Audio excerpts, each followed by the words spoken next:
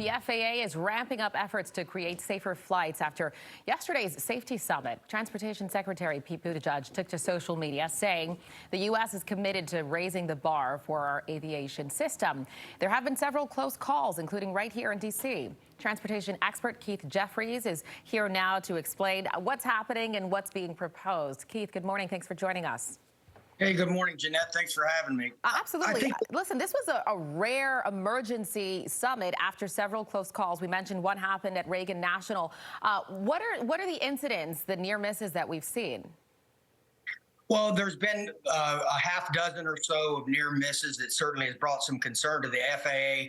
In addition to that, Jeanette, there's been several things in the media here over the last several months with the FAA with, obviously the turbulence issues, the unruly passengers, and let's not forget the notice to air mission system that went out back in January that created a lot of challenges. So I think that the acting administrator, Billy Nolan, certainly said, hey, it's time for us to press the pause button. And to my understanding, this is one of several that's scheduled in the future. But let's take a look and see what's really going on, what's causing some of these symptoms. We want to keep air travel as safe as possible. A number of factors, when you talk about the root cause there, a number of factors have been thrown out there. What's being discussed as far as what might be contributing to this?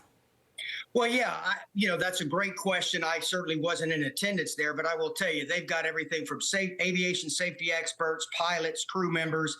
I think having Secretary Buttigieg there as well shows the importance of this. And they're going to have that robust discussion on what are causing some of these issues that we're seeing here over the last couple of weeks.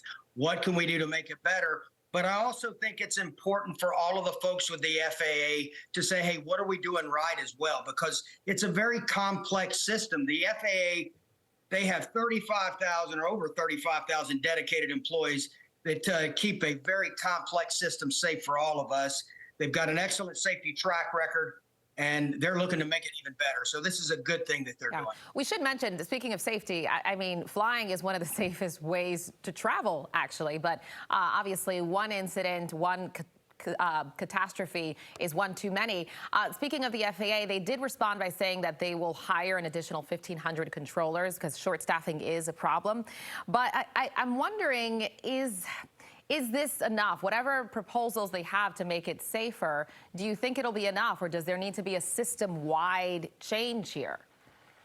Well, great question, Jeanette. I think that the hiring piece is one thing. Yes, I too am aware that they're hiring 1,500 this year, 1,800 next year, just air traffic controllers and other employees. But with that, there's a training component. How much experience is needed with that, right? So I'm sure that part of this safety summit, they're looking at that. What do they need to do to boost up their training demands that they have? And of course, all of the airlines are out of that. We're way past that pandemic. We're seeing volumes right back to where they were post-pandemic, or pre-pandemic, I'm sorry. That's a good thing. Yeah, we have about a minute left, but I have a couple of questions. Obviously, you've been in this industry for a very long time, decades, out in LA.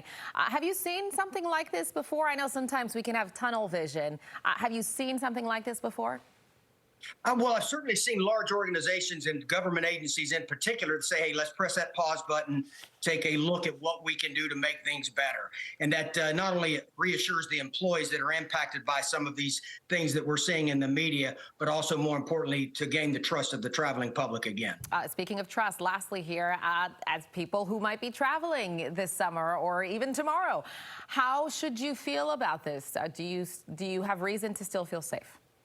Absolutely. I think that everyone should feel very comfortable just knowing the fact that they're taking a close look at these safety issues. I'm extremely confident, and I'll be traveling myself, and I just assure you that, yeah, there's no doubt that it'll be safe. All right. And as you mentioned, there will be some other meetings where they'll discuss some possible solutions. But in the meantime, it's good to have you today after that emergency meeting yesterday. Transportation expert Keith Jeffries joining us this morning. Thank you.